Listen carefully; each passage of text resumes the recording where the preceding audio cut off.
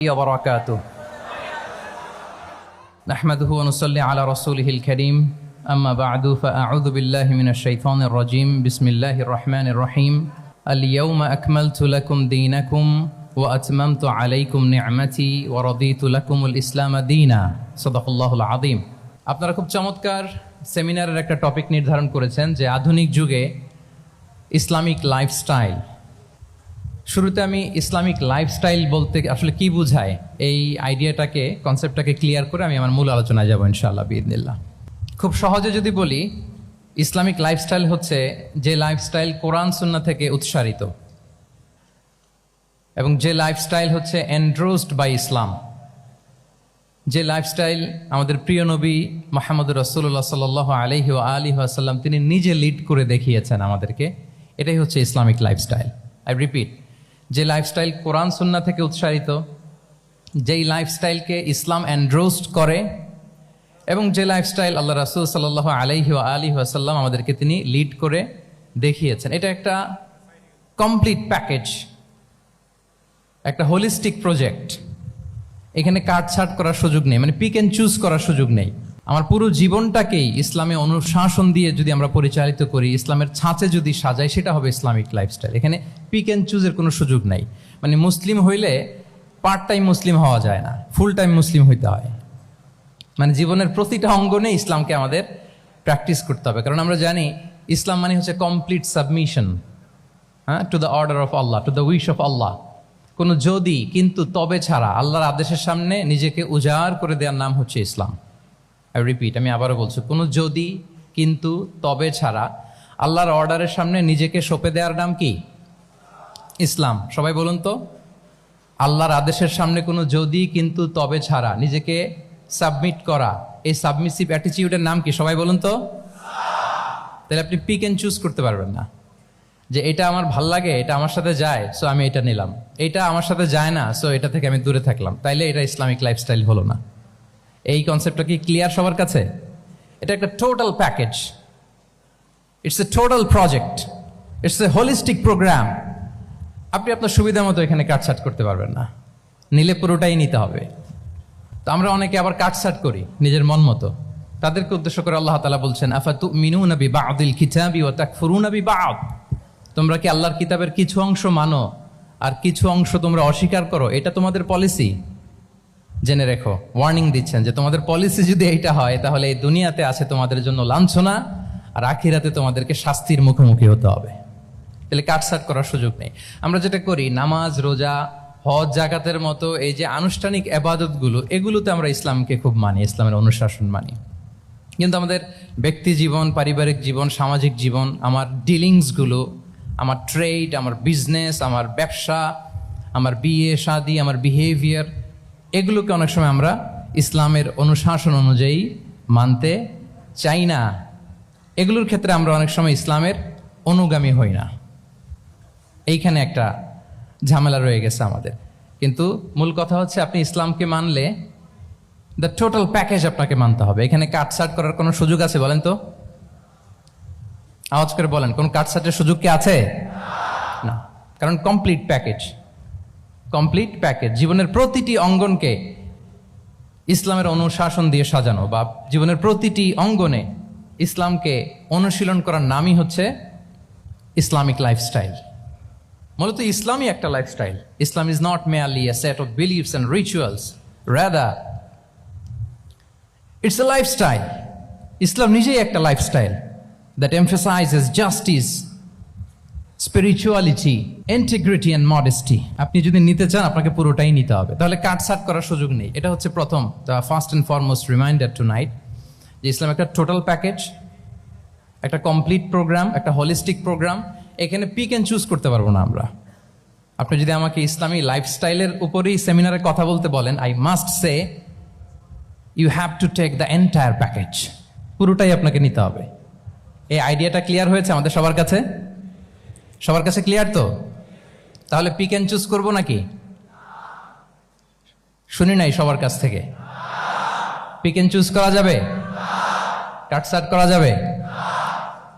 কিছু কিছু rules and regulation আমার খুব ভালো লাগে, আমার জন্য খুব সুবিধা হয়, ওইটা নিলাম, বাকিগুলা কাটছাট করে দিলাম। তার মানে সহজভাবে পার্ট টাইম মুসলিম হওয়ার কোনো সুযোগ নেই, হলে ফুল টাইম হতে হবে। কাস্টমাইজড ইসলামের কোনো সুযোগ নেই, টোটাল প্যাকেজটাকে আমার অ্যাডাপ্ট করতে হবে। এটা হচ্ছে ইসলামিক লাইফস্টাইল। তো আজকের এই সেমিনারে আমি কিছু ট্রেটস বা the core values of Islamic lifestyle আপনাদের সাথে শেয়ার করবার চেষ্টা করব, যাতে করে ব্যাপারটা আরও ক্রিস্টাল ক্লিয়ার হয় যে আসলে what is Islamic lifestyle all about. আসলে এটা কি, কিভাবে এটা আমরা অ্যাডাপ্ট করব, কিভাবে এটার সাথে নিজেকে খাপ খাওয়াবো, কিভাবে এটা আমরা প্র্যাকটিস করব। তাহলে প্রাথমিক কথা অলরেডি ডান, যে কাটছাট আমরা করব না, পিক অ্যান্ড চুজ করবো না, টোটাল প্রোগ্রামটাই আমরা নেওয়ার চেষ্টা করব। তো এখন আমরা কিছু কোর ভ্যালিউজের কথা বলবো, যেগুলো দিয়ে ইসলামিক লাইফস্টাইলের মূল ধরনটা আমাদের কাছে ক্লিয়ার হবে।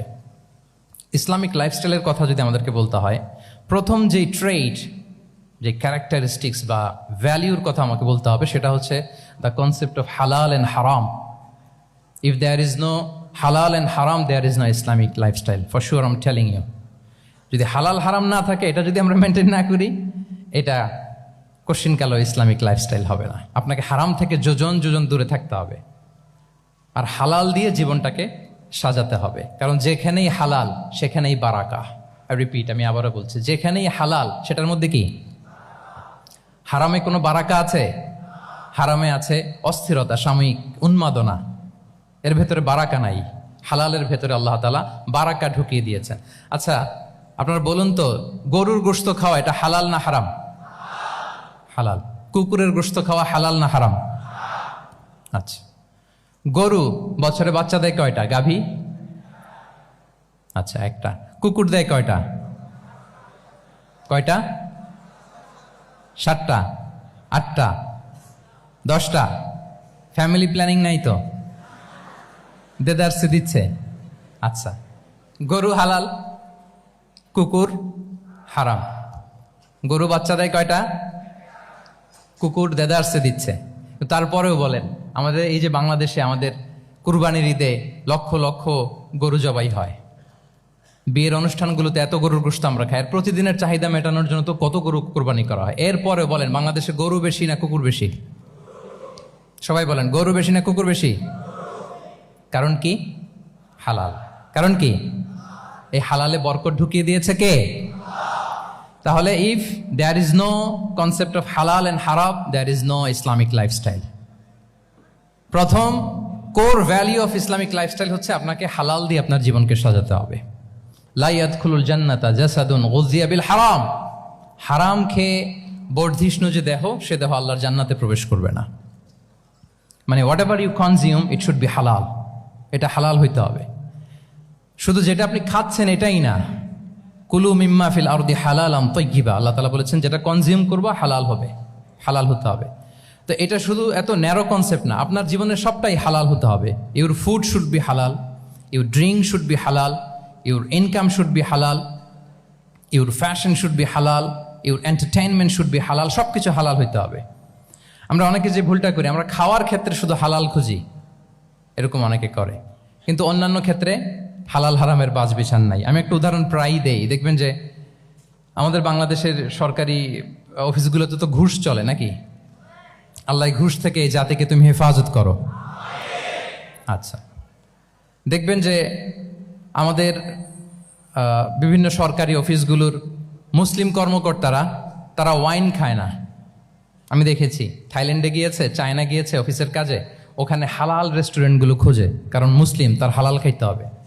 তো সে ওয়াইন খায় না, পর্ক খায় না, কারণ ইসলামে এটা হারাম। আবার অনেক হিন্দু কর্মচারী, সে আবার গরুর গোশত খায় না, কারণ কি তার ধর্মে ওইটা হারাম। কিন্তু এই মুসলিম কর্মচারী, হিন্দু কর্মচারী দুইজনের নির্বিশেষে মাশাআল্লাহ ঘুষ খায়। এরকম হয় না? দেখেন, মুসলিম ওয়াইন খায় না, পর্ক খায় না, তার ধর্মে হারাম। আমার হিন্দু ভাই গরুর গোশ খায় না, এটা তার ধর্মে হারাম। কিন্তু ঘুষ আবার দুই ধর্মে হালাল নাকি? হ্যাঁ, হালাল না। তার মানে ওই যে pick and choose, you got the point, right? Pick and choose করেছে যে আমার ধর্মের এই এই নিয়ম আমি মানবো, কারণ এটা আমার জন্য খুব ফ্লেক্সিবল, এটা খুব ভালো লাগে। কিন্তু যেটা কঠিন হয়ে যাচ্ছে, যেটা তার বিরুদ্ধে দাঁড়াচ্ছে, ওইটা সে মানে না। তাহলে পিক এন্ড চুজ করার কোনো সুযোগ। আমরা আমাদের গোটা জীবনকে হালাল দিয়ে সাজাইতে হবে। তাহলে your lifestyle will be Islamic lifestyle. এই কথাটা কি বুঝতে পেরেছেন? তাহলে ইউর ফুড শুড বি হালাল, ইউর ড্রিঙ্ক শুড বি হালাল, ইউর ফ্যাশন শুড বি হালাল, ইউর ইনকাম শুড বি হালাল, ইউর এন্টারটেনমেন্ট শুড বি হালাল, even your relationship should be halal.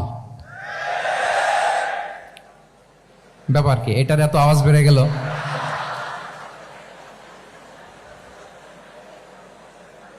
এটা কমন পড়ে গেছে নাকি? আচ্ছা বলেন, হালাল রিলেশনশিপ কোনটা বলেন? এই যে এই তো আসল জায়গায় হাত দিছি বোধহয়। আমাদের শিক্ষার্থী বন্ধুদের মধ্যে বিবাহিত আছি আমরা? হ্যাঁ, কারা কারা আছি দেখি তো। মাশাআল্লাহ মাশাআল্লাহ, ঠিক আছে ঠিক আছে। আমাদের বোনরা উপরে আছেন, মাশাআল্লাহ, অনেকে হাত তুলেছেন, আলহামদুলিল্লাহ। এই তো আমাদের যারা হাত তুলছেন তাদের জন্য একটা তাকবীর দেই আমরা, আল্লাহু আকবার। এই যে আপনারাই বলেছেন, আমার কোনো লিগ্যাল অপিনিয়ন দেওয়ার প্রয়োজন হচ্ছে না, যে হালাল রিলেশনশিপ হচ্ছে বিয়ে। তাহলে বিয়ের বাইরে যদি আমার কোনো রিলেশনশিপ থাকে,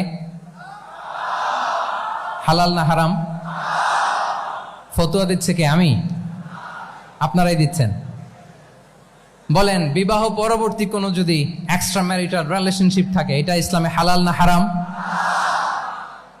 তাইলে pre marriage relationship, after marriage relationship, এটা শরীয়তে হারাম। তো এই হারাম যদি আমি এই হারামের সাথে যদি নিজেকে জুড়ে দেই, তাহলে আমার লাইফস্টাইল এটা ইসলামিক লাইফস্টাইল হতে পারে না। আমরা বিয়ের মতো পবিত্র বন্ধনের মধ্য দিয়ে আমরা আমাদের দাম্পত্য জীবনকে উপভোগ করব। আল্লাহ তৌফিক দান করুক। এই যে অনেকে হাত তুলে ফেলছে, মার্শাল, তার মানে সেকেন্ড ইয়ারে আছে, ফার্স্ট ইয়ারে আছে, থার্ড ইয়ারে আছে, আলহামদুলিল্লাহ, হালাল রিলেশনশিপে তারা গিয়েছে, মাশাআল্লাহ। তাহলে হালাল এন্ড হারামের ব্যাপারে যদি আমরা বলি, আমাদের পুরো জীবনের প্রতিটি অঙ্গন আমরা হালাল দিয়ে সাজাবো। কি বলেন? পারা যাবে তো ইনশাআল্লাহ? হারামের সাথে আমাদের কোনো সম্পর্ক আছে? হ্যাঁ, আমরা সবকিছু হালাল দিয়ে সাজাবো তো? হারামকে আমরা না বলে দিব না, নো। আজকের এই জহির রায়হান মিলনায়তনের এই হলরুম থেকে হারামকে আমরা লাল কার্ড দেখাই দিলাম। কি বলেন? হারামকে আমরা নো বলবো, আওয়াজ করে বলুন নো। ওকে, নো টু হারাম। তাহলে দ্য কনসেপ্ট অফ হালাল এন্ড হারাম আশা করি আমাদের কাছে ক্লিয়ার। আমরা হালাল দিয়ে নিজেদের জীবনকে সাজাবো, হারামের সাথে আমাদের কোনো সম্পর্ক নাই।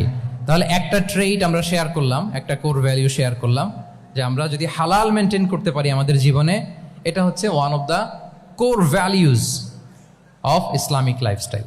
2 নম্বর হচ্ছে, ইসলামিক লাইফস্টাইলটা বেসিকলি এটা একটা প্রোডাক্টিভ লাইফস্টাইল।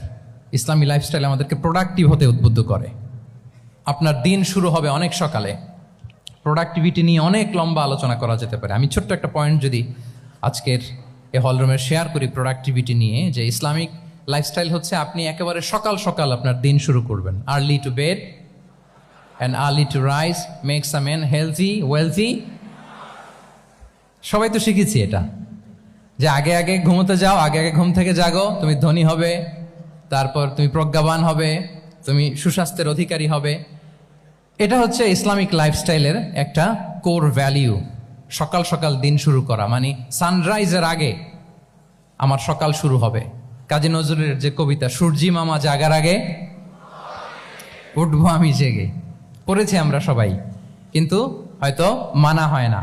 তো এই যে সকাল সকাল ঘুম থেকে ওঠা, এটা যদি আপনার মধ্যে না থাকে, এটা ইসলামিক লাইফস্টাইল হতে পারে না।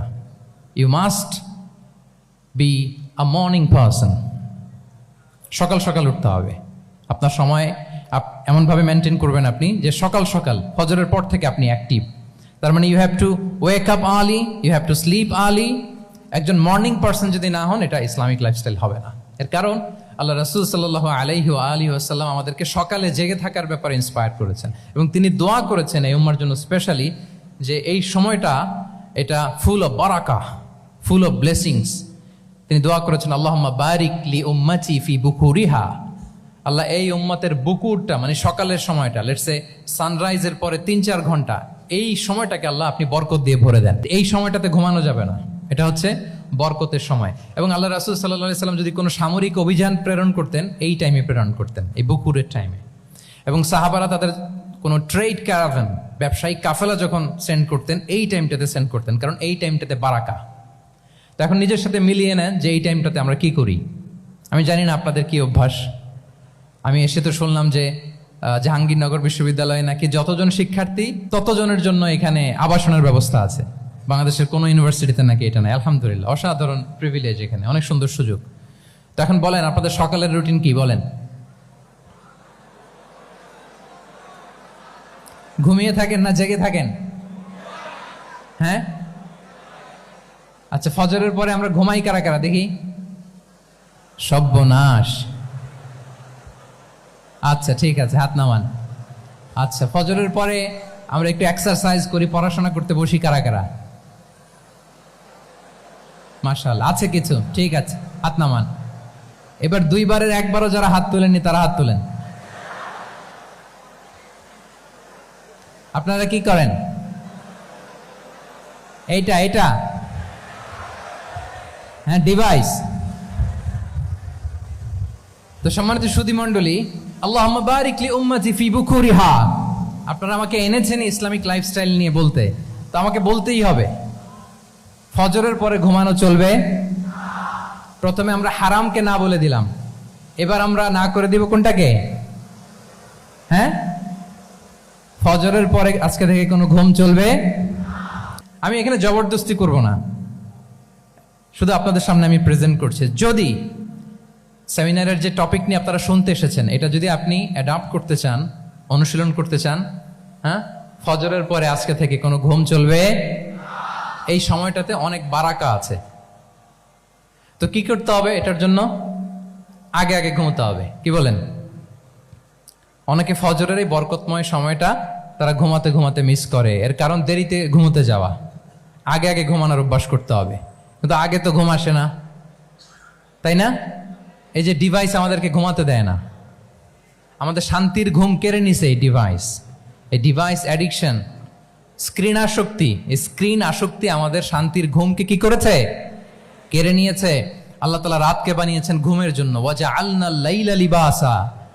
লিবাস মানে আবরণ। আমি রাতকে বানিয়েছি পোশাকের মতো আবরণ করে, যে আবরণ রাত্রিবেলা নিঝুম নিস্তব্ধ অন্ধকার দিয়ে ছেয়ে দেয়। ফলে মেলাটিন নামে একটা হরমোন নিঃসরিত হয়, আমাদের ঘুম ঘুম ভাব আসে। ঘুমের জন্য আল্লাহ তৈরি করেছেন রাতকে। এরপরে আল্লাহ তাআলা বললেন ওয়াজআলনা নাহারা মাআশা, আর দিনকে বানিয়েছি আমি প্রাণ চঞ্চল করে। দিনে আমরা কাজ করব, তাহলে রাতে আগে আগে ঘুম, আর দিনের বেলা আল্লাহ তাআলা আমাদেরকে কাজ করার জন্য সৃষ্টি করেছেন। কিন্তু এই সাইকেলটাকে আমরা ঘুরাই ফেলছি। রাতে যত দেরি করে আপনি ঘুমাবেন, সকালে ঠিক তত দেরি করে আমাকে উঠতে হয়, ঠিক কিনা বলেন? তাহলে ফজরের পর বকুর পিরিয়ড অফ টাইমটাকে কাজে লাগাতে হলে রাতে আমাদেরকে আগে ঘুমাতে যেতে হবে। রাতে কি করতে হবে? আগে ঘুমোতে যেতে হবে। তাহলে এক নম্বরে কি বললাম? কনসেপ্ট অফ হালাল এন্ড হারাম। 2 নম্বরে বললাম প্রোডাক্টিভিটি। ইসলামিক লাইফস্টাইল হচ্ছে একটা প্রোডাক্টিভ লাইফস্টাইল। এটা মেনটেন করতে হলে প্রোডাক্টিভিটির অনেক কথা। একটা কথা হচ্ছে সকাল সকাল আপনার দিন শুরু করুন। কি পাওয়া যাবে তো ইনশাআল্লাহ? সবাই একসাথে পড়ে ইনশাআল্লাহ। এই যে আমাদের দেরি করে রাতে ঘুম আসে, স্ক্রিন আসক্তি, এই ডিভাইস আমাদের আরামের ঘুম কেড়ে নিছে কেন জানেন? এর কারণ হচ্ছে আল্লাহর দেয়া যে ফিতরাত, এই ফিতরাতকে আমরা উল্টে দিয়েছি। ফিতরাত শব্দটার সাথে আপনাদের পরিচয় আছে? হ্যাঁ, the innate characteristics of a human being. একটা মানুষের যে ক্যারেক্টারিস্টিক্স, যে ইননেট স্বভাব দিয়ে আল্লাহ তাআলা তৈরি করেছেন, নেচার, এটাকে আরবিতে বলে ফিতরাত। এই ফিতরাতের বিরুদ্ধে কিছু করা যাবে না। ইসলামিক লাইফস্টাইল হচ্ছে ফিতরা বেসড লাইফস্টাইল। ফিতরাতাল্লাহিল্লাতী ফাতারান নাস আলাইহা লা তাবদীলা লিখালকিল্লাহ। আল্লাহর প্রকৃতির অনুসরণ করো, যে প্রকৃতি দিয়ে তিনি মানুষকে সৃষ্টি করেছেন। আর আল্লাহর সৃষ্টি কাঠামোর মধ্যে কোনো পরিবর্তন, কোনো বিকৃতি নেই। সুবহানাল্লাহ বিহামদি। তা আমরা এই ফিতরাতকে চেঞ্জ করে দেওয়ার কারণে এই ঝামেলা। আমরা সবাই এই ফিতরাতের উপর জন্মেছি। কুল্লু মাউলুদিন ইউলাদু আলাল ফিতরা ফাআবাওয়াহু ইউহাউবিদানি আও ইউনাসসিরানি আও ইউমাজ্জিসানি। প্রতিটি নিউ বর্ন বেবি তারা ফিতরাতের উপর জন্মায়, মানে নবজাতক সন্তান ইসলামের উপর জন্মায়। কিন্তু বাবা মা তাকে হয় ইহুদি বানায়, নাসারা বানায়, বা অগ্নি উপাসক বানায়। তাহলে এই যে ফিতরাত, আল্লাহর দেয়া ফিতরাতকে যখন আমরা চেঞ্জ করেছি, আমাদের জীবন থেকে বারাকা উঠে গিয়েছে।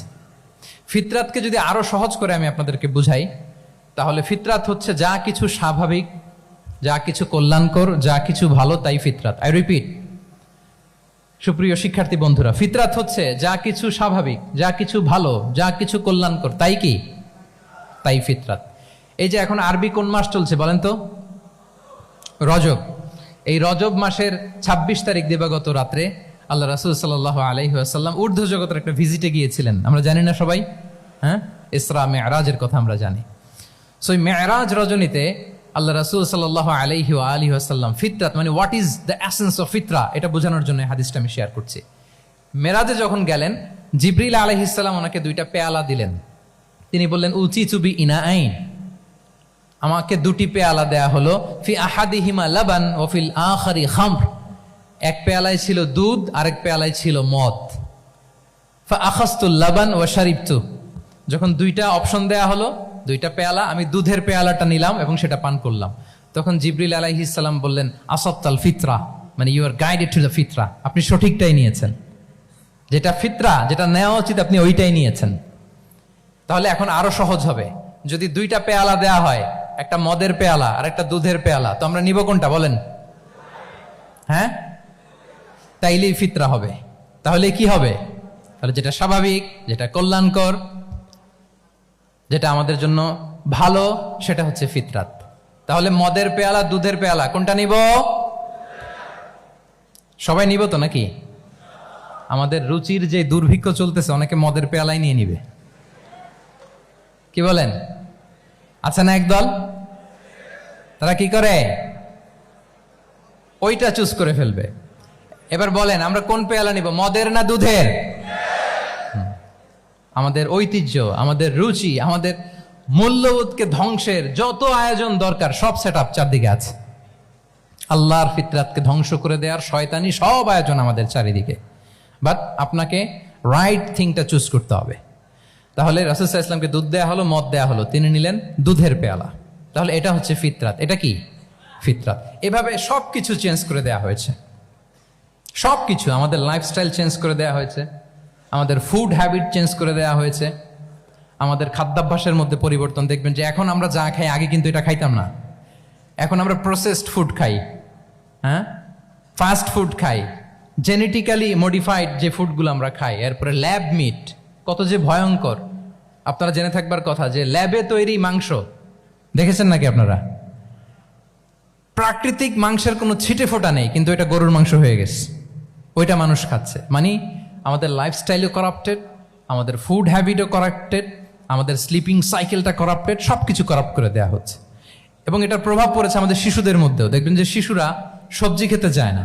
আমার তো 2 মেয়ে আছে, আমি তো দেখি বাসায়, বা অনেকের কমপ্লেনগুলো আমরা শুনি। আমাদের এখনকার বাচ্চাদেরকে ভেজিটেবলস দিলে খায় না, মাছ দিলে খায় না, অর্গানিক ভালো ভালো খাবার দিলে শাকসবজি খায় না। কি খাবে জানেন? সচেস খায়, সচেস, হটডগ খায়। হ্যাঁ, ওই যে আপনি অর্ডার দিয়ে বার্গার এনে দিবেন, পিৎজা এনে দিবেন, ওইটা খাবে। তারপর ইনস্ট্যান্ট নুডলস খাবে, স্যুপ খাবে, ফ্রোজেন যত মিল আছে এগুলো খাবে, টিনজাত খাবার যেগুলো দীর্ঘদিন সংরক্ষণ করে রাখা হয়। তো বলেন, আজ থেকে 30 বছর আগে আমাদের বড়রা কিংবা আমাদের শিশুরা, আমরা কেউ কি এই খাবার খেয়েছি বলেন তো? আওয়াজ করেন, খেয়েছি কেউ? They changed the entire system. কেন আমরা ইসলামিক লাইফস্টাইল নিয়ে কথা বলছি এখন? কারণ আমাদের পুরো সিস্টেমটাই, আমাদের পুরো ফিতরাতটাই ওরা চেঞ্জ করে দিয়েছে। তারপর ডিভাইস ছাড়া বাচ্চারা খেতে চায় না, কার্টুন দেখে দেখে খাওয়াতে হয় ওদের, কি বলেন? আচ্ছা বলেন তো, আজ থেকে 30 বছর পেছনে ব্যাক টু দ্য হিস্ট্রিতে যদি আমরা যাই, 70-এর দশকে, 80-র দশকে বাংলাদেশের কোনো একটা গ্রামের কথা, একটা পল্লীর কথা আপনি একটু চিন্তা করেন তো। রাত 8টার দিকে, 9টার দিকে আপনি ওই গ্রামের কাউকে খুঁজে পাবেন? 70-এর দশকে, 80-র দশকে একটা গ্রামের পরিবেশের কথা যদি চিন্তা করেন, রাত 8টায় সবার কি অবস্থা বলেন তো? আপনি তো ঘুম খুঁজে পান না, আপনার তো ইনসমনিয়া। আমাদের এখন ট্যাবলেট খাওয়া লাগে না ঘুমের জন্য, আমাদের তো ইনসমনিয়া হয়ে গেছে এখন। কিন্তু আজ থেকে বেশি দূরে না, 30 বছর আগের একটা গ্রামীণ পরিবেশের রাত 8টার পরিবেশ হচ্ছে সবাই ঘুম। আমরা তারও 2 বা 3 ঘন্টা পরে ডিনার করব, কিন্তু ওনাদের মাগরিবের আগে বা পরে ডিনার করে ফেলছে, এশার নামাজ পড়েই কি একজন দুইজন না, পুরো গ্রাম জামাতে ঘুম। পুরো গ্রাম জামাতের সাথে ঘুম। তো যে লোকটা 8টার দিকে ঘুমালো, উঠবে কখন বলেন? রাত 3টার পর ওর ঘুম আসবে? আর হ্যাঁ, ঘুমেরও তো একটা লজ্জা শরমের ব্যাপার আছে। আর কত থাকবে এখানে? কি বলেন? আপনি তো ঘুমাতে যান রাত 2টায়। আর আজ থেকে 30 বছর আগে আমার বাংলাদেশের একটা গ্রামীণ পরিবেশে রাত 8টার দিকে সবাই ঘুম। আমরা এখন যেই টাইমটাতে ঘুমোতে যাই, ওই সময় ওনাদের অর্ধেক ঘুম শেষ। ফজরের নামাজ পড়ে আমাদের বাপ চাচারা কি করতো? হ্যাঁ, একটু ব্যাক টু দ্য হিস্ট্রিতে তাকান না। ফজরের নামাজ পড়ে এক বল পান্তা ভাত খাইতো। আমরা তো এখন এতটুক খাইলে আমাদের এটা বার্ন করার জন্য দৌড়াইতে হয় 5 কিলো, জিমনেশিয়ামে যাইতে হয়, কত আয়োজন, কত ওয়ার্কআউট করা লাগে। এক বল কাঁচামরিচ দিয়ে, পোড়ামরিচ দিয়ে ভাত খেয়ে চলে যাইতো ফসল খেতে। দুপুরে আবার এক বল, খাইতে বসলেই এক বল। আমরা সারা মাসে খেতে পারি না এক বল। আচ্ছা, কি খেত? খাওয়ার আইটেমটা দেখেন তো। কোনো ফরমালিন আছে? কথা বলেন। কোনো মেডিসিন ছিল না, একেবারে ফ্রেশ, হ্যাঁ, পিওর অর্গানিক। নিজেদের মাঠ থেকে আনা যে ধান, ঢেকি ছাটার ধান দিয়ে ভাত খেত। বাড়ির পুকুরের মাছ, কোনো ফরমালিন নাই। নিজের চাষ করা সবজি খেত, গোয়ালের দুধ খেত। আমরা অনেকে মনে করি যে আমাদের এই যে সায়েন্স এন্ড টেকনোলজিক্যাল অ্যাডভান্সমেন্টের যুগে আমরা বোধহয় খুব সুখে আছি। আমাদের দাদা পরদাদারা বোধহয় এত সুখ করে যায় নাই। ওনারা যে সুখ করে গেছে তা আমরা চোখেও দেখি নাই। আমার দাদা পরদাদারা যে সুখে লাইফ লিড করেছে তার অর্ধেকও আমরা করতে পারি না। তারাই আসলে শান্তির, সুখের, আনন্দের সময়টা তারা কাটিয়েছে। তাহলে সম্মানিত সুধীমণ্ডলী, পুরো আমি আপনাদেরকে বোঝানোর চেষ্টা করছি যে ইসলামিক লাইফস্টাইল নিয়ে why we should talk about Islamic lifestyle. কারণ পুরো সিস্টেমটাকে তারা করাপ্ট করেছে। ওদের ফুড হ্যাবিট, ওদের লাইফস্টাইল, ওদের স্লিপিং স্টাইল সব চেঞ্জ করেছে। তো এই জন্য আল্লাহর দেয়া ফিতরাতকে যেন আমরা প্রিজার্ভ করি, আমরা সচেতন হই। এখনই যদি সচেতন না হই, ডিজাস্টার আমাদের জন্য অপেক্ষা করছে। Just wait and see. তাহলে ইসলামিক লাইফস্টাইল হচ্ছে একটা ফিতরা বেসড লাইফস্টাইল। এই ফিতরাকে আমাদেরকে প্রিজার্ভ করতে হবে। তাহলে 3টা পয়েন্ট বলে ফেলছি অলরেডি, যদি আপনাদের মনে থাকে। প্রথমে কি বলেছিলাম? হালাল, হালাল দিয়ে জীবন সাজাবো। 2 নম্বরে প্রোডাক্টিভিটির জন্য কি করব? রাতে দেরি করে ঘুমাবো। তাহলে আগে আগে ঘুমাবো, ফলে আগে আগে ঘুম থেকে জেগে কাজ শুরু করব। 3 নম্বরে ফিতরা, মানে আল্লাহর দেয়া প্রাকৃতিক যে নিয়ম, মানে আলোর সাথে সাথে আমার জীবন শুরু, আলো নাই আমিও ঘুমায় পড়বো। কি বলেন? আপনি উন্নত দেশে তো তাই হয়। জাপানে আমি কয়েকবার গিয়েছি, আগে আগে ঘুমায় পড়ে। ইভেন আমেরিকাতে আমি কয়েকবার গিয়েছি, অনেক অনেক শহরে 8টার পরে সুপার শপ বন্ধ, 8টার পরে ঘুম এরা। আমরা হাঁটছি কোন দিকে? আমরা একটু নিজেদেরকে প্রশ্ন করি। তাহলে 3 নাম্বার হচ্ছে ফিতরা বেসড যে লাইফস্টাইল, এটার দিকে আমাদেরকে ফিরে আসতে হবে। 4 নাম্বার হচ্ছে মডেস্টি, শালীনতা। One of the core values of Islamic lifestyle. এই শালীনতা আমরা হারাতে বসেছি। মডেস্টি বললে অনেকে শুধু কাপড় চোপড় নিয়ে চিন্তা করে যে ছোট কাপড়, বড় কাপড়। Modesty is not about only clothing, but also your behaviour, your dealing, your overall character. শুধু আপনি মডেস্টি, শালীনতা বললে কাপড় চোপড় নিয়ে চিন্তা করবেন না। এটা আপনার মডেস্টি ইন ইউর স্পিচ, আপনার কথার মধ্যেও, শব্দ চয়নেও মডেস্টি থাকতে হবে, আপনার বিহেভিয়ারে মডেস্টি থাকতে হবে, আপনার ডিলিংসে মডেস্টি থাকতে হবে। এই শালীনতা আমরা হারাচ্ছি। তার বিপরীতে আমাদের সমাজে অশ্লীলতার প্রসার হচ্ছে, লাজুকতা হারিয়ে যাচ্ছে। লাজুকতা, লজ্জা শরম থাকা, এটা যে কত বড় নেয়ামা। যেই জাতি একবার এটা হারিয়ে ফেলে, আর কোনো কিছু দিয়ে, জোড়াতালি দিয়ে এটা তারা রিভাইভ করতে পারে না। এই যে ওয়েস্ট তো এখন যা যা আমাদেরকে শিখাইছে, যেটাকে আমরা স্ট্যান্ডার্ড মনে করি, আবার তারা ফিরতেছে। এই যে ডিভাইসের কথা বলছি না, আপনি অস্ট্রেলিয়ার খোঁজ খবর নেন, যারা খোঁজ নিয়েছেন তারা জানেন। আন্ডার 16 কোনো বাচ্চা সোশ্যাল মিডিয়া ইউজ করতে পারে না অস্ট্রেলিয়াতে। 1 মাস অ্যাপ্লাই করে, কান্ট্রি ওয়াইড অ্যাপ্লাই করে দেখায় ফেলছে। Facebook, including Facebook, WhatsApp, Twitter, TikTok, 10টা অ্যাপস যেগুলো বাচ্চাদের মধ্যে এডিকশন নিয়ে আসে, এগুলো সব বন্ধ। জানেন এই নিউজটা? জানেন? মানে ফিরতেছে, উল্টা ফিরতেছে। এই যে শালীনতার কথা আমরা বলি, এটা হারাচ্ছে। রাসূল সাল্লাল্লাহু আলাইহি ওয়াসাল্লাম বলেন, যার শালীনতা নাই, ইযা লাম তাস্তাহি ফাসনা মা শি'তা, যখন তোমার লজ্জা শরম থাকবে না, যা মনে চায় তাই করো। শিশু মোহাম্মদ চলে গেল সেই বনু সাদে, ছোট্ট মোহাম্মদ কাঁদে না, কাঁদে না কখনো, ক্ষুধা লাগলেও কাঁদে না, ব্যথা পেলেও কাঁদে না। কিন্তু ছোট্ট মোহাম্মদের প্রাইভেটসের জায়গা থেকে কাপড়টা যখন সরে যেত, শিশু মোহাম্মদ কেঁদে দিত। সুবহানাল্লাহ, শালীনতা। ইযা লাম তাস্তাহি ফাসনা মা শি'তা। রাসূল সাল্লাল্লাহু আলাইহি ওয়াসাল্লাম বলেছেন, যদি তোমার লজ্জা শরম না থাকে, লজ্জা শরমের মাথা যদি তুমি খাও, তুমি সব করতে পারবা, তোমাকে দিয়ে সব সম্ভব। তাহলে এই শালীনতা, এটা অনেক বড় নেয়ামত। সম্মানিত বন্ধুরা, আজকে দিনকে দিন আমাদের সমাজ থেকে শালীনতা হারিয়ে যাচ্ছে, লাজুকতা হারিয়ে যাচ্ছে, নারী পুরুষ উভয় দিক থেকে। বিশেষ করে আমাদের বোনদেরকে টার্গেট করা হয়েছে, নারীদেরকে, আমাদের বোনদেরকে, তাদেরকে প্ররোচিত করা হচ্ছে, তাদের সামনে আইডিয়া হাজির করা হচ্ছে যে যে নারী যত বেশি নগ্ন হতে পারে সে তত বড় সাহসী নারী। বলেন, আমাদের সমাজে পত্রপত্রিকা আপনারা দেখেন না এটা? যে নারী নিজেকে যত এক্সপোজ করবে সে তত বড় কি সাহসী নারী, এই তকমা তাকে দেয়া হচ্ছে। এটা টোটাল কমপ্লিট শয়তানের একটা মিশন। শয়তানের প্রথম মিশন হচ্ছে বনি আদমকে বিবস্ত্র করা। কি করা? আল্লাহ তাআলা আদম আলাইহিস সালাম, হাওয়া আলাইহিস সালামকে বলেছিলেন যে নিষিদ্ধ গাছ যেও না, খেও না। শয়তানের প্ররোচনায় খেয়ে ফেলেছিলেন, সাথে সাথে জান্নাতের পোশাক খুলে পড়েছে। তার মানে শয়তানের প্রথম মিশন হচ্ছে মানুষকে কি করা? নগ্ন করা। মানুষকে কি করা? নগ্ন করা। তাহলে আমাদের বোনদেরকে এমন ভাবে তাদের সামনে উপস্থাপন করা হচ্ছে, প্ররোচিত করা হচ্ছে এবং বলা হচ্ছে নগ্নতার পথে যে বেশি হাঁটে সে নাকি তত সাহসী নারী। নাউযুবিল্লাহি মিন যালিক। তাহলে এই যে মানব জাতিকে বস্ত্রহীন করা, এটা শয়তানের একটা মিশন। তার বিপরীতে ইসলাম নারীকে সম্মান দিয়েছে, সম্মান করেছে। যে ঘরে প্রথমে কন্যা জন্মায়, খায়রুকুম মান বুখিরা বিল উনসা, সে ঘরটাকে আল্লাহ তাআলা বরকতময় করে দেয়। 2 সন্তান তো 2 জান্নাতের দরজা ওপেন।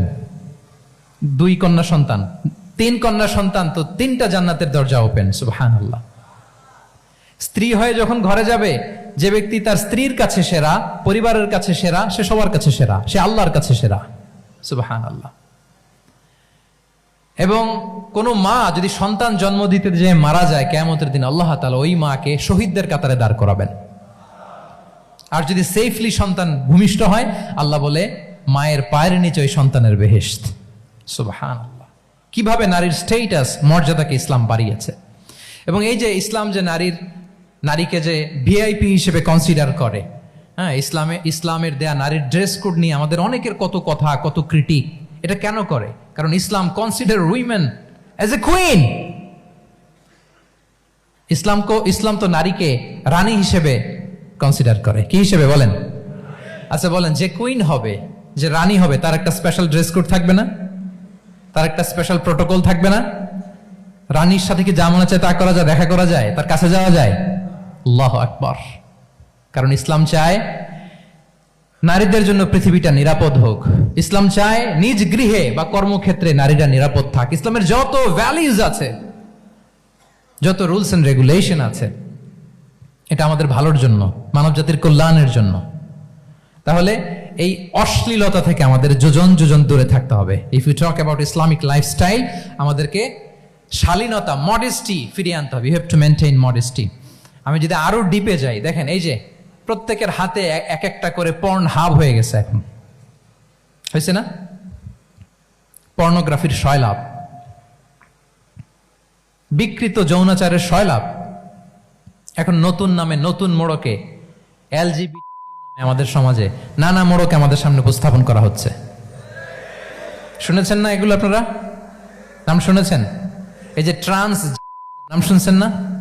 নিজের দেহ কাটাকাটি করে দিব্যি পুরুষ, 4 সন্তানের বাবা, এখন হঠাৎ করে বলে যে আমি মনে মনে নারী, তো সোসাইটি যেন আমাকে নারী স্বীকৃতি দেয়।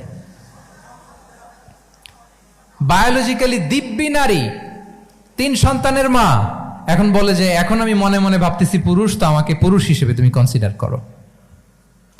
আল্লাহর দেয়া ফিতরাত, এই যে বলছি উল্টায় ফেলতেছে, এই ফিতরাতকে ধ্বংস করার সবচেয়ে জঘন্যতম এই নতুন যেটা বাজারজাত করা হচ্ছে যে আইডিওলজি, এটা হচ্ছে ট্রান্সজেন্ডারিজম।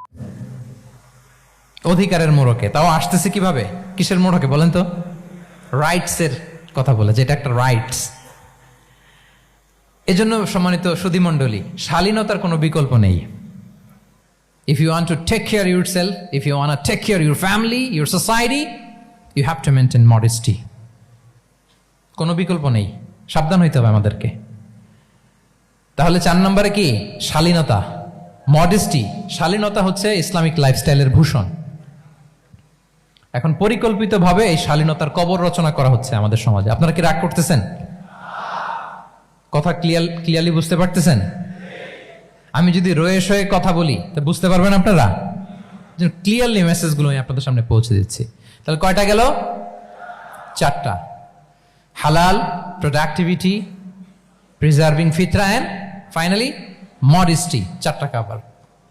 5 নম্বরে হচ্ছে ইসলামিক লাইফস্টাইল যদি আমরা মেনটেন করি, we must have to be optimistic, hopeful, আশাবাদী হইতে হবে। মুমিনের ডিকশনারিতে হতাশা নেই। আমরা হতাশ হই না, আমরা নিরাশ হই না, আমরা ভরসা রাখি এক মহান সত্তার উপর। আওয়াজ করে বলুন, তিনি কে? শয়তানের মিশন হচ্ছে আমাদেরকে হতাশ বানানো। আমি স্টেজে ওঠার আগে সম্মানিত স্যার বলতেছিলেন যে আপনি একটু আশাবাদী করবেন আমাদের নারী শিক্ষার্থীদের ব্যাপারে, আমাদের ছেলে শিক্ষার্থীদের ব্যাপারে। কয়েকটা ইস্যু স্যার বললেন যে কিছু ফ্রাস্ট্রেশন তাদের মধ্যে কাজ করে। আজকে আপনাদের ডিকশনারি থেকে ফ্রাস্ট্রেশনকে একেবারে অমিট করে দিয়ে যাব। বলেন, বিশ্বাসীদের ডিকশনারিতে হতাশা বলে কোনো শব্দ আছে? ফ্রাস্ট্রেশন আছে? কারণ শয়তানের মিশন হচ্ছে আমাদেরকে হতাশ বানানো। কি বানানো? শয়তান আমাদেরকে আশাবাদী করতে চায় না, সে চায় আমরা যেন হতাশ হই। আমি ভুল করেছি, পাপ করেছি, অন্যায় করেছি, তো শয়তান সেই পাপের সাগরে আমাকে হাবুডুবু খাওয়াতে চায়। বলে, আর অনেক ভুল হয়ে গেছে, অনেক দূর তুই চলে এসেছিস, আর আল্লাহ তোকে ক্ষমা করবে না, থাক এখানেই থাক, করতে থাক। এরকম শয়তান টেম্পটেশন দেয়, প্রভোকেশন করে। কিন্তু শয়তান জানে না যে আল্লাহর রহমতের দরিয়া কত বড়। শয়তানের মিশন হচ্ছে আমাদেরকে হতাশ বানানো। আর আল্লাহর বাণী আমাদের হৃদয়ে আশা জাগায়, আশাবাদী করে তোলে। আল্লাহর এই কিতাবের, কোরআনের প্রতিটি আয়াতে পরতে পরতে পাবেন আপনি মোটিভেশন, ইন্সপিরেশন। আল্লাহু আকবার। লা তাহজান ইন্নাল্লাহ মা'ানা।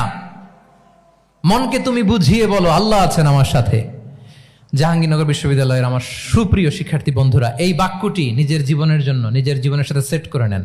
মনকে তুমি বুঝিয়ে বলো আল্লাহ আছেন আমার সাথে। বিপদে আপদে, আমাদের লাইফে আপস এন্ড ডাউনস থাকে, সব মুহূর্তে আমরা এই কথাটা খেয়াল করব যে কেউ যদি আমাকে হেল্প করার জন্য নাও থাকে, এক মহান সত্তা আছে। তিনি কে?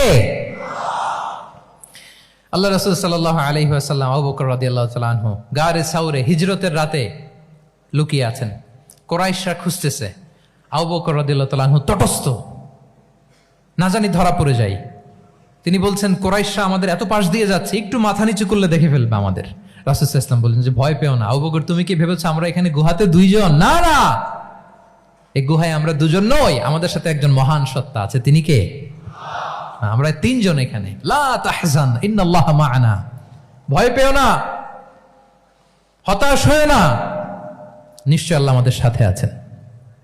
আল্লাহ তাআলা সরাসরি কথাটাকে কোরআনে কোট করেছেন যে লা তাহজান ইন্নাল্লাহ মা'ানা। তাহলে সুপ্রিয় বন্ধুরা, এই বাক্যটা আমাদের খেয়াল রাখতে হবে যাদের মধ্যে ফ্রাস্ট্রেশন কাজ করে, যে মনকে তুমি বুঝিয়ে বলো কে আছেন আমার সাথে? আল্লাহ আছেন আমার সাথে। এরকম কোরআনের পরতে পরতে অনেক আয়াত পাবেন। লা তাইয়াসু মির রাউহিল্লাহ ইন্নাহু লা ইয়াইয়াসু মির রাউহিল্লাহি ইল্লাল কওমুল কাফিরুন। আল্লাহর রহম থেকে নিরাশ হয়ো না। কাফিররা ছাড়া কেউ আল্লাহর রহম থেকে নিরাশ হয়? আমি আপনি আমাদের জীবনে কত ভুল করেছি, কত অন্যায় করেছি, কতটাই বা পাপ করেছি। মনে রাখবেন, আমাদের পাপ যত বড় হোক, আল্লাহর রহমতের দরিয়া তার চাইতেও বড়। ইন্না মা'আল উসরি ইউসরা ফাইন্না মা'আল উসরি ইউসরা, and verily with every hardship there is an ease. প্রত্যেক কষ্টের পরেই থাকে স্বস্তি। এই বাক্যগুলো কি আপনাকে মোটিভেশন দেয় না? এই কথাগুলো কি আপনাকে চাঙ্গা করে না? আপনার জীবনে ইন্সপিরেশন হয়ে আসে না এই কথাগুলো? ওয়ালা তাহিনু ওয়ালা তাহজানু ওয়া আনতুমুল আ'লাউনা ইন কুনতুম মুমিনিন। চিন্তা করো না, হতাশ হয়ো না, তোমাদেরই বিজয় হবে যদি তোমরা মুমিন হও। আল্লাহু আকবার। তাহলে আপস এন্ড ডাউনস থাকবে, এবং মুমিন জীবনে তো হতাশা থাকবেই না। কারণ আমার জীবনে যদি কোনো কষ্টের ঘটনা ঘটে, এটার জন্য আমি রিওয়ার্ড পাবো। আমি যদি অসুস্থ হই, আমার প্রত্যেক অসুস্থতার কারণে আমার পাপ মোচন হয়। সুবহানাল্লাহ পড়েন। আপনার জ্বর হয়েছে, এই জ্বরের কারণে আল্লাহ আপনার গুনাহ মাফ করবেন। আপনি ব্যথা পেয়েছেন, অসুস্থ হয়েছেন, আল্লাহ তাআলা গুনাহ মাফ করে দিবে। তাহলে হতাশার কোনো সুযোগ আছে বলেন? না। মুমিন জীবনে হতাশার কোনো সুযোগ নেই। রাসূল সাল্লাল্লাহু আলাইহি ওয়াসাল্লাম বলেন, মা ইউসিবুল মুসলিমা মিন নাসাব ওয়ালা ওয়াসাব ওয়ালা হাম্মিন ওয়ালা হুজনিন ওয়ালা আযান ওয়ালা গাম্মিন হাত্তা শাওকাতি ইউশাকুহা ইল্লা কাফারাল্লাহু বিহা মিন খাতায়া। মুমিন জীবনে যত ব্যথা, কষ্ট, দুঃখ, এমনকি ফল পাড়তে যে গাছের কাটার খোঁচা যদি খান, রাসূল সাল্লাল্লাহু আলাইহি ওয়াসাল্লাম বলেন ওই খোঁচার ব্যথার কারণে আল্লাহ তোমার গুনাহ মাফ করে দেয়। কেউ অসুস্থ হয়ে রাসূল সাল্লাল্লাহু আলাইহি ওয়াসাল্লামের কাছে আসলে রাসূল সাল্লাল্লাহু আলাইহি ওয়াসাল্লাম কি বলতেন জানেন? কেউ জানেন? লা বাস আলাইক তুহুরুন ইনশাআল্লাহ। তিনি বলতেন, আরে don't worry about it, it will cleanse up your scenes. ভয় পেও না, আরে এই অসুস্থতা, এটার কারণে আল্লাহ তোমার গুনাহ মাফ করে দিবে। সুবহানাল্লাহ। তাহলে অসুস্থ ব্যক্তি আর উজ্জীবিত হতো না? রাসূল সাল্লাল্লাহু আলাইহি ওয়াসাল্লাম অসুস্থ ব্যক্তিকে দেখলেই মাথায় হাত বুলিয়ে দিতেন, দোয়া করতেন, আল্লাহুম্মা রাব্বান নাস আযহিবিল বাস ইশফি আনতা শাফি, দোয়া করে দিতেন। আর বলতেন, আরে ভয় পেও না, এই অসুস্থতা তোমার গুনাহ মাফ করে দিচ্ছে। তাহলে অসুস্থতার মধ্যেও তারা উজ্জীবিত হতো। আমরা মানুষকে আশাবাদী করব, ভয় দেখাবো না। অসুস্থ মানুষকে ভিজিট করতে গেলে আপনারা কি করেন? ভয় দেখান নাকি? না, আশাবাদী করবেন। বলবেন যে আরে কি অসুস্থতা, আপনার দেখে অনেক সুস্থ লাগতেছে, বলতে পারবেন না? কিন্তু আমরা কি করি? কেউ অসুস্থ হইলে ওই অসুস্থতায় সবচেয়ে কষ্ট পেয়ে যে মারা গেছে তার হিস্ট্রি বলা শুরু করি। এরকম করে না অনেকে? ধরেন যে একজন ক্যান্সারের পেশেন্টকে দেখতে গেছেন, এইবার যে আপনার কোন খালা ক্যান্সারে কিভাবে ধুকে ধুকে মরছিল, ওই হিস্ট্রি আপনি বয়ান দিতে শুরু করছেন। বেচারা বাঁচবে? যা একটু সুস্থ ছিল ওইটাও তো অসুস্থ বানাই দিচ্ছেন। কি বলেন? তাহলে ইসলাম আমাদেরকে আশাবাদী করে। প্রিয় ভাই এবং বোনেরা, কি করে? আশাবাদী করে। আমরা যদি আমাদের কোনো প্রিয়জনকে হারাই, আমরা আশাবাদী হয়েই হারাই, কারণ তাকে আমি চিরকালের জন্য হারাচ্ছি না। আপনি আপনার আব্বাকে হারাচ্ছেন তো কি হয়েছে? বাপ হারায় তো কাঁদবে নাস্তিক। কি বলেন? নাস্তিকদের তো মরার পরে নাকি আর কিছু নাই। হ্যাঁ, দেখবেন আপনাদের সামনে সামনে অনেক কিছু বলে যে কিছু নাই, যা দেখি না, বিশ্বাস করি না। একা একা যখন মৃত্যুর পরে কি হবে চিন্তা করে ওর দম বন্ধ হয়ে আসে। ইসলাম মানুষকে আশাবাদী করে। দেখেন আমরা কত দূর দেখি, কত দূর ভাবি। আমার দাদা মারা গেছে, এটা আমার কোনো টেনশনেরই কারণ না, কারণ আমি সবসময় ভাবি আমার দাদাকে আমি ওপারে যেয়ে পাবো, আমার আব্বাকে আমি হারিয়েছি তো ওপারে পাবো, আমার বন্ধুকে আমি হারিয়েছি, কাছের বন্ধুটা যে আমার জন্য খুব ইন্সপিরেশন ছিল। সাময়িক বিচ্ছেদ এটা আমাদের জন্য, কারণ আমরা ওই জগতে বিশ্বাস করি। আল্লাহু আকবার। তাহলে হতাশা আমাদের ডিকশনারিতে আজকে থেকে রাখা যাবে।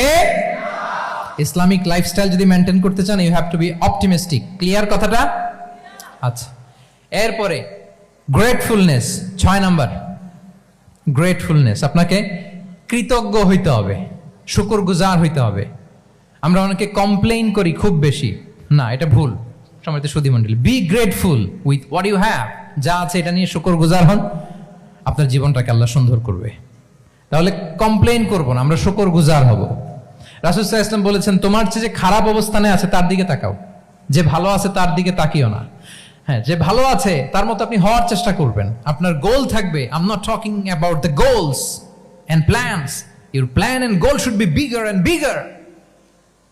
বাট আপনি ও খুব ধনী, ও খুব ভালো আছে, এটা দেখে কষ্ট পাবেন না, কারণ আপনি খেয়াল করেন যে আপনার চেয়ে অনেক খারাপ অবস্থানে আছে অনেকে, ওর দিকে তাকালে দেখবেন যে আপনার আর খারাপ লাগতেছে না। শেখ সাদি রাহিমাহুল্লাহ, বিখ্যাত কবি, নাম শুনেছেন না? ওনার একবার পায়ে দেওয়ার মতো জুতা ছিল না। কি ছিল না? সবাই বলুন, কি ছিল না? জুতা। তো উনি একবার রাস্তা দিয়ে হাঁটতেছেন, হঠাৎ দেখেন এক লোকের 2টা পাই নেই। কি নাই? শুকরগুজার হলেন, চিৎকার করে বললেন আলহামদুলিল্লাহ, যে আল্লাহ অনেক ভালো আছি, আমার জুতা নাই এজন্য মন খারাপ, ওর তো পাই নাই। হ্যাঁ, এজন্য বেঁচে যে আছি এজন্যই আলহামদুলিল্লাহ। লা ইন শাকারতুম লা আযীদান্নাকুম ওয়া লা ইন কাফারতুম ইন্না আযাবি লাশাদীদ। আল্লাহ বলেন, যদি শুকরিয়া করো, শুকরগুজার হও, আমি আল্লাহ নিয়ামত বাড়িয়ে দেব। যদি নাশুকরি করো, জেনে রাখো আমার শাস্তি কঠিন। তাহলে বেঁচে যে আছি এজন্যই কি পড়া উচিত? জাহাঙ্গীরনগর বিশ্ববিদ্যালয় আওয়াজ করেন, বেঁচে যে আছি এজন্য কি পড়বো? আপনি যে অবস্থানে থেকে খুশি না, ভাল লাগে না আপনার, যে হায় রে আমি তো লুজার, আমার কিচ্ছু নাই, আপনার এই অবস্থানে পৌঁছাটা অনেকের জন্য স্বপ্ন। মানে যেটা পেয়ে আপনি হ্যাপি না, অতটুকু হইতে পারাটা অনেকের কি স্বপ্ন। আপনাকে যদি জিজ্ঞেস করি ভাই কি চান, কি লাগবে বলেন, কি চান, তা আপনি বলবেন যে শেখ আমি ধনী হইতে চাই, আমার একটা ব্রাইট ক্যারিয়ার চাই, আমি টাকা চাই, আমি খ্যাতি চাই, আমি ক্ষমতা চাই, এটা চাই। কত যে চাওয়ার ফিরিস্তি আমাদের। আপনি একটু একটা ক্যান্সার হসপিটালে জানতো, ক্যান্সারের 3rd স্টেজে চলে আসছে, ধুকে ধুকে লাস্ট স্টেজে চলে আসছে। আপনার তো অনেক কিছু চাই, আপনি ওকে একটু জিজ্ঞেস করেন যে ভাই আপনি কি চান। ও টাকা চায় না? ক্যান্সারের রোগী টাকা চাবে, খ্যাতি চাবে, ব্রাইট ক্যারিয়ার চায়, সে কি চায় বলেন তো একটু? সে একটু বাঁচতে চায়। যে ভাই তুমি কি চাও, বলবে আমি কিছু চাই না, একটু বাঁচতে চাই। বার্ন ইউনিটে যদি কখনো যাওয়ার সুযোগ হয়, দেখবেন যে চিৎকার করে তারা, এত কষ্ট, এই দহনের কারণে এত কষ্ট, তারা চিৎকার করতে থাকে হসপিটালকে কাঁপিয়ে। আপনি ওকে একটু জিজ্ঞেস করবেন ভাই কি চাও, বলেন তোর চাওয়াটা কি? ও শুধু বাঁচতে চায়, কিন্তু ওই বেঁচে থাকা নিয়ে তো আমাদের কোনো ফিলিংসই নাই। আমরা যে বেঁচে আছি এটা যে শুকরগুজার হওয়ার অনেক বড় একটা কারণ, আমরা এরকম করে ভাবিই না। এজন্য সুপ্রিয় সুধী মণ্ডলী, আমরা যে বেঁচে আছি এজন্য আলহামদুলিল্লাহ। শুধু বেঁচে থাকার কারণে আমরা কি পড়বো? তাহলে গ্রেটফুলনেস, আপনি যদি ইসলামিক লাইফস্টাইলে নিজেকে অভ্যস্ত করতে চান, আপনার যেমনি অপটিমিস্টিক হইতে হবে, এট দ্য সেম টাইম আপনাকে কি হইতে হবে? গ্রেটফুল হইতে হবে। 7 নম্বরে তাওয়াক্কুল। Put your trust on Allah, because only He can help you, only He can protect you. And when you put your trust on Allah, you are in a divine shield. আপনি যখন আল্লাহর উপর নিজেকে ন্যস্ত করেন, আপনি একটা ডিভাইন, একটা প্রোটেকশনের ভেতরে থাকেন। বিশ্বাসীরা কি করে? আল্লাহর উপর ভরসা করে। কি করে? কার উপর? তদবিরের উপর, লবিং এর উপর, মামা চাচা? তাহলে আল্লাহর উপর ভরসা হবে। কার উপর? ফাইদা আযামতা ফাতাওয়াক্কাল আলাল্লাহ, আল্লাহর উপর ভরসা করব। এমনকি ঘর থেকে বের হওয়ার সময় রাসূল সাল্লাল্লাহু আলাইহি ওয়াসাল্লাম আমাদেরকে বলেছেন আল্লাহর উপর তাওয়াক্কুল করো। আমরা কি দোয়া পড়ি বলেন তো ঘর থেকে বের হয়ে? বিসমিল্লাহি তাওয়াক্কালতু আলাল্লাহ। এই তাওয়াক্কুল নিয়ে আমাদের অনেক মিসকনসেপশন আছে। আমাদের মধ্যে একটা প্রবণতা আছে, অনেকে বলে যে যা হবে হবে, আল্লাহ ভরসা। বলে যে যা হবে হবে, কি ভরসা? কথা বলতে হবে তো আমার সাথে। আপনার কি বোরিং হচ্ছেন? ওরে আল্লাহ, অনেক রাত হয়ে গেছে, তো শেষ করে দেই তাহলে। আর কয়েক মিনিটের মধ্যে শেষ করবো ইনশাআল্লাহ। তাহলে অনেকের মধ্যে একটা প্রবণতা আছে, তারা বলে যে যা হয়েছে হয়েছে, কি ভরসা? যা করে আল্লাহ, আল্লাহ ভরসা। এটা it's not the concept of তাওয়াক্কুল। এটা তাওয়াক্কুল নয়। ইসলামে তাওয়াক্কুল is always at the second step. The first step is your effort. প্রথমে আপনি চেষ্টা করবেন, এরপরে আপনি আল্লাহর উপর তাওয়াক্কুল করুন। কিছু না করে যদি বলেন আমি আল্লাহ ভরসা, এটা আল্লাহ ভরসা হয়েছে? এটা আপনার মন গড়া একটা কথা হয়েছে, কিন্তু এটা তাওয়াক্কুল হয়? আমাদের অনেকে অলসতা, অকর্মণ্যতা, অপারগতা, হীনমন্যতা, এগুলোর তাওয়াক্কুল বানায় ফেলাইছে। হাত গুটায় বসে থাকবে, কাজ করবে না, অলস, আর বলে কি আল্লাহ ভরসা। রিজিকের মালিক আল্লাহ, কিছু করবে না আর বলে আল্লাহ ভরসা। প্রিয় ভাইরা, রাসূল সাল্লাল্লাহু আলাইহি ওয়াসাল্লাম তিনি অলসতা, অকর্মণ্যতা, হীনমন্যতা, কাপুরুষতা, ভীরুতা, এগুলো থেকে আল্লাহর কাছে পানাহ চেয়েছেন। নিজের সাধ্যের সবটুকুন তিনি করেছেন, তারপরে আল্লাহ ভরসা করেছেন। এবং পাখিকে ইসলামে তাওয়াক্কুলের মডেল বানানো হয়েছে। রাসূল সাল্লাল্লাহু আলাইহি ওয়াসাল্লাম বলেন, লাউ আন্নাকুম তাতাওয়াক্কালুনা আলাল্লাহি হাক্কা তাওয়াক্কুলিহি লা রাযাকাকুম কামা ইয়ারযুকুত তুয়ুর তাগদু খিমাসান ওয়া তারুহু বিতানান। মানে তোমরা যদি পাখির মতো তাওয়াক্কুল করো, তাহলে পাখিকে আল্লাহ যেমন রিজিক দেয় তোমাদেরকেও রিজিক দিবে। পাখি কি করে বলেন তো? প্রতিদিন সকালবেলায় ওর ঘরের ভিতরে বসে বলে যে আল্লাহ ভরসা। বলে? বরঞ্চ কি করে সে? সকাল সকাল কিচির মিচির রবে, দিক দিগন্ত মাতিয়ে সে বের হয়ে যায়, সারাদিন ঘুরতে থাকে। তাহলে খালি পেটে সকালবেলায় পাখিগুলো বের হয়ে যায়, আকাশে বাতাসে ছুটে বেড়ায়, আর বিকেল বেলায় ওদর পূর্তি করে প্রতিটা পাখিকে তার নিড়ে ফিরিয়ে দেয় কে? আপনারা তো বোঝা অনেক সহজ। আপনাদের জাহাঙ্গীরনগর এটা তো নাকি পাখিদের অভয়ারণ্য শুনলাম আমি, কখনো আসা হয়নি আমার, দিনের বেলা আসা দরকার ছিল, তাহলে আপনাদের ক্যাম্পাস বিউটি আমি দেখতে পেতাম। তো পাখি কিন্তু বসে থাকে না, সকালে কি করে? খালি পেটে পাখিগুলো বেরিয়ে যায়, ওরা ওদের রোল প্লে করে, চেষ্টা করে, এরপরে বিকেলবেলা ওদর পূর্তি করে তাদেরকে নিড়ে ফিরিয়ে দেয় কে? তাহলে পাখিকে তাওয়াক্কুলের মডেল বানানো হয়েছে। আপনি হাত গুটিয়ে বসে থেকে বললেন আল্লাহ ভরসা, এটা হয়েছে না। আপনি আপনার সর্বোচ্চটুকুন চেষ্টা করবেন, সব করার পরে এরপরে আপনি বলবেন আল্লাহ ভরসা। তাহলে তাওয়াক্কুল হলো প্রথমে যে কোনো জিনিস অ্যাচিভ করার জন্য পরিকল্পনা করা, তারপর সে পরিকল্পনা বাস্তবায়নের উপায় বের করা, তারপর বিভিন্ন উপায় উপকরণের সাহায্য নিয়ে সেটা অ্যাচিভ করার জন্য প্রাণান্তকর প্রচেষ্টা চালিয়ে যাওয়া, অবশেষে ফলাফলের জন্য কার উপর নির্ভর করা। দিস ইজ কল্ড তাওয়াক্কুল। এখন আমি কিছুই করলাম না, বললাম যে যা করে আল্লাহ, তাওয়াক্কুল হয়েছে তো না? আমাদের সমাজে দুইটা ধারণা, কেউ কেউ বলে আরে আমি তো সব করব, তাওয়াক্কুলের দরকার কি? Absolutely wrong. আবার অনেকে মনে করে আল্লাহই সব করে দিবে, এটাও absolutely wrong. The concept of Islam is in between this two extreme lines. এই দুইটার মাঝখানে হচ্ছে তাওয়াক্কুল। তাহলে তাওয়াক্কুলের মেকানিজম হচ্ছে আমার সাধ্যের সবটুকুন আমি করব, তারপরে আল্লাহ সাহায্য আসবে, সেজন্য আমি তাওয়াক্কুল করব। আপনারা মুসা আলাইহিস সালামের ঘটনা জানেন। উনি যখন বনী ইসরায়েলকে নিয়ে লোহিত সাগরের সামনে আসলেন, ফেরাউন তার সৈন্য নিয়ে ধাওয়া করলো, আল্লাহ তাআলা সাথে সাথে কি রাস্তা বানাই দিলেন নাকি? সাগরের মাঝখানে না। আল্লাহ বললেন আনিদ্রিব বিআসাকাল বাহর, লাঠি দিয়ে একটা বাড়ি মারো সাগরে। মুসা আলাইহিস সালাম বাড়ি না মারলে তো আল্লাহ রাস্তা বানাতে পারতেন না, না পারতেন না? পারতেন, কিন্তু এটা তাওয়াক্কুলের মেকানিজম নয়। ওনাকে বলেছেন বাড়ি মারো, উনি লাঠি দিয়ে বাড়ি মারলেন, বিশাল রাস্তা হয়ে গেল। মারিয়াম আলাইহিস সালাম যখন ঈসা আলাইহিস সালামকে ডেলিভারি করলেন, ক্লান্ত শ্রান্ত ক্ষুধার্ত, কি খাবেন?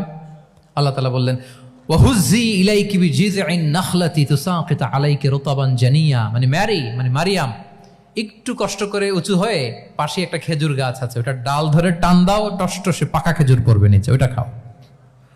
উনি টান না দিলে আল্লাহ এমনি অটোমেটিক্যালি পাঠাতে পারতেন না খেজুর? আল্লাহ পাঠাননি। তাহলে এই পৃথিবীর সিস্টেম হচ্ছে আপনাকে কষ্ট করতে হবে, আপনার রোলটা আপনাকে প্লে করতে হবে। ইসলামে তাওয়াক্কুল is always at the second step, the first step is your effort. আপনাকে চেষ্টা করতে হবে, তারপরে আপনি তাওয়াক্কুল করবেন, তাহলে এটা প্রপার তাওয়াক্কুল হবে। তাহলে এখন থেকে হাত গুটিয়ে বসে থেকে আল্লাহ ভরসা বলবেন? আমরা এটা ভুল করে ফেলি। রাসূল সাল্লাল্লাহু আলাইহি ওয়াসাল্লাম, ওনার কাছে আল্লাহর সাহায্য আসতো, জিবরিল আলাইহিস সালাম আসতো, তারপরেও কখনো তিনি নিজের ভাগ্য আল্লাহর হাতে ছেড়ে দিতেন না। আমাদের মতো যা করে আল্লাহ ভরসা বলে কখনো নিজের ভাগ্য আল্লাহর হাতে ছেড়ে দিতেন, বরং নিজের সাধ্যের সবটুকুন দিয়ে তিনি চেষ্টা করতেন। তারপর তিনি ভরসা করতেন কার উপর? আপনি হিজরতের ঘটনাটা দেখেন। আল্লাহ যেদিন বললেন যে আজ রাতেই তুমি আর আবু বকর হিজরত করো, রাসূল সাল্লাল্লাহু আলাইহি ওয়াসাল্লাম ওই দিন দুপুরবেলা আবু বকর রাদিয়াল্লাহু তাআলা আনহুর ঘরে গেলেন। তিনি কখনো দুপুরবেলা বেরোন না, তিনি কখনো মাস্ক পরে বেরোতেন না। সেদিন তিনি মাস্ক পরে বেরোলেন, খারাজা মুতাকান্নিয়ান, মুখ ঢেকে বেরোলেন। আবু বকর রাদিয়াল্লাহু তাআলা আনহুর ঘরে যেয়ে বলেন, আবু বকর আখরিজ মান ফিল বাইত, ঘরে যারা আছে বের করে দাও, প্রাইভেট আলাপ আছে।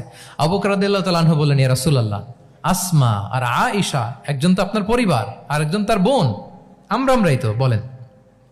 রাসূল সাল্লাল্লাহু আলাইহি ওয়াসাল্লাম আশ্বস্ত হলেন, বললেন যে আজ রাতেই আমরা হিজরত করব।